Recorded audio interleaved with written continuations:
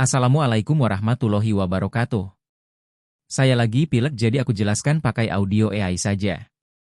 Dari data historis, perayaan Tahun Baru Masehi bermula sekitar 4.000 tahun yang lalu atau sekitar 2.000 tahun sebelum Masehi. Tradisi ini pertama kali diperkenalkan oleh masyarakat Babilonia kuno sebagai bentuk penghormatan terhadap kedatangan Tahun Baru.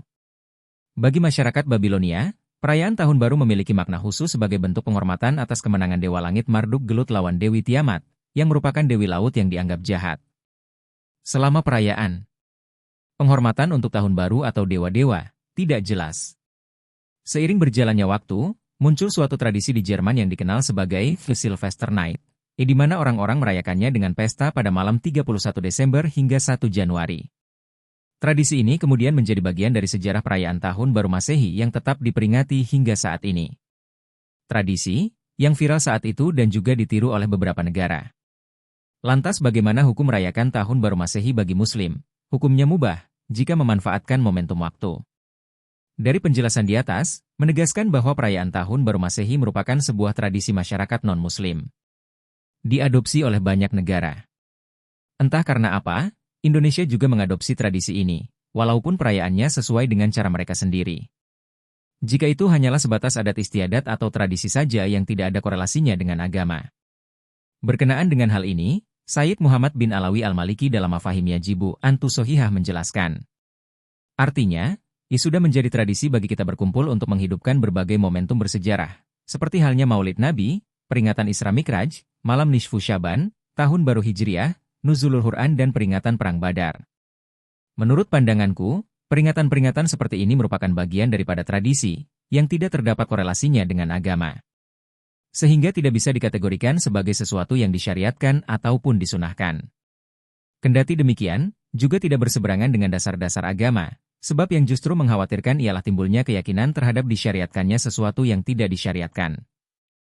Pendapat ini selaras dengan fatwa yang pernah disampaikan oleh salah satu guru besar Al-Azhar serta Mufti Agung Mesir Syekh Athiyah Syakar yang wafat 2006 Masehi.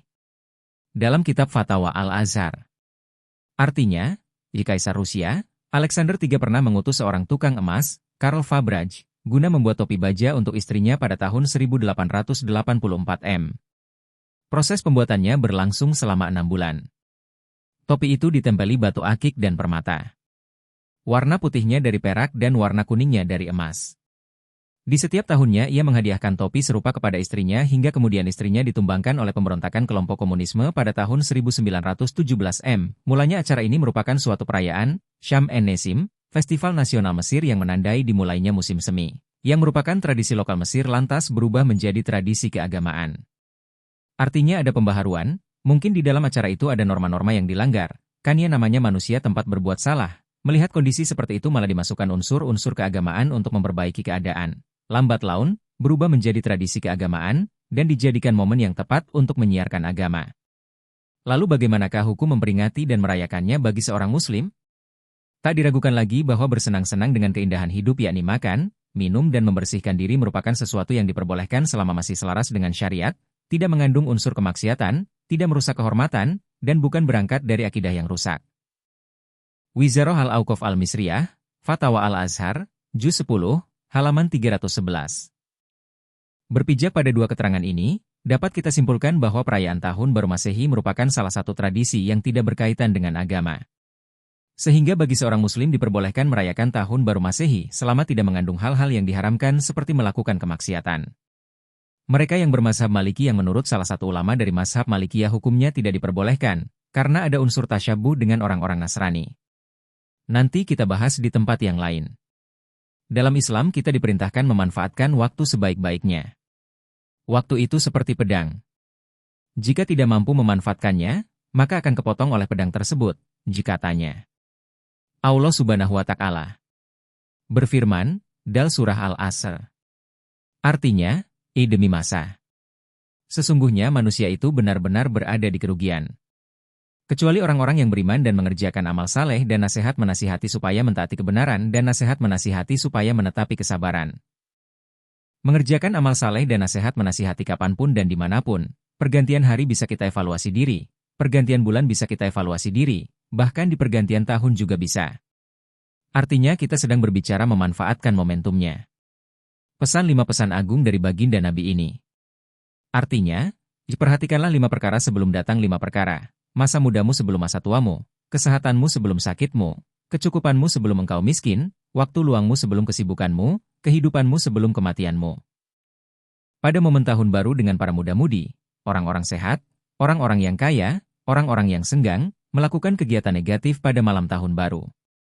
Pertanyaannya sebagai seorang mubalik, masa kita diam melihat itu? Kita sudah nasihati sebelumnya, tapi tidak mempan. Kalau orang yang sudah paham gak ada masalah. Oleh karena itu Islam datang dengan caranya sendiri dalam berada pada momen tahun baru. Ada ceramah, atau kumpul-kumpul saja untuk membicarakan hal-hal positif, tentang program kerja, memperkuat silaturahim, tanpa perlu ada petasan dan kembang api, anak-anaknya diarahkan untuk bermain dan bersosialisasi, itu memanfaatkan momen. Jika ini terus dilakukan oleh para mubalik maka akan meminimalisir terjadinya hal-hal negatif di malam tahun baru, sehingga terciptanya tradisi keagamaan sebagaimana kisah di Mesir tadi. Solidaritas dapat, secara psikologisnya juga dapat, seperti menciptakan rasa harapan, refleksi, atau motivasi untuk perubahan yang membantu kesehatan mental. Memotivasi banyak orang untuk menetapkan tujuan atau resolusi. Menciptakan kenangan emosional positif yang meningkatkan kesejahteraan psikologis. Ini versi Islam. Kalau tahun baru yang biasa kita saksikan hanya kesenangan semata. Kembali pada apa yang dilakukan umat Islam dalam malam tahun baru adalah memanfaatkan momen waktu dan bukan aktivitas di dalamnya, karena aktivitas bisa beragam sesuai manfaat dan tujuannya, meskipun masih dinamakan tahun baru. Kalau redaksi dari saya adalah memanfaatkan momen pada malam tahun baru, karena itu momen berkumpulnya manusia. Tetap pada pilihan individu atau kebutuhan sosial. Sebagian orang menganggapnya penting untuk refleksi, perayaan, atau bersyukur, sementara yang lain mungkin melihatnya hanya sebagai bagian dari rutinitas sehari-hari. Assalamualaikum warahmatullahi wabarakatuh.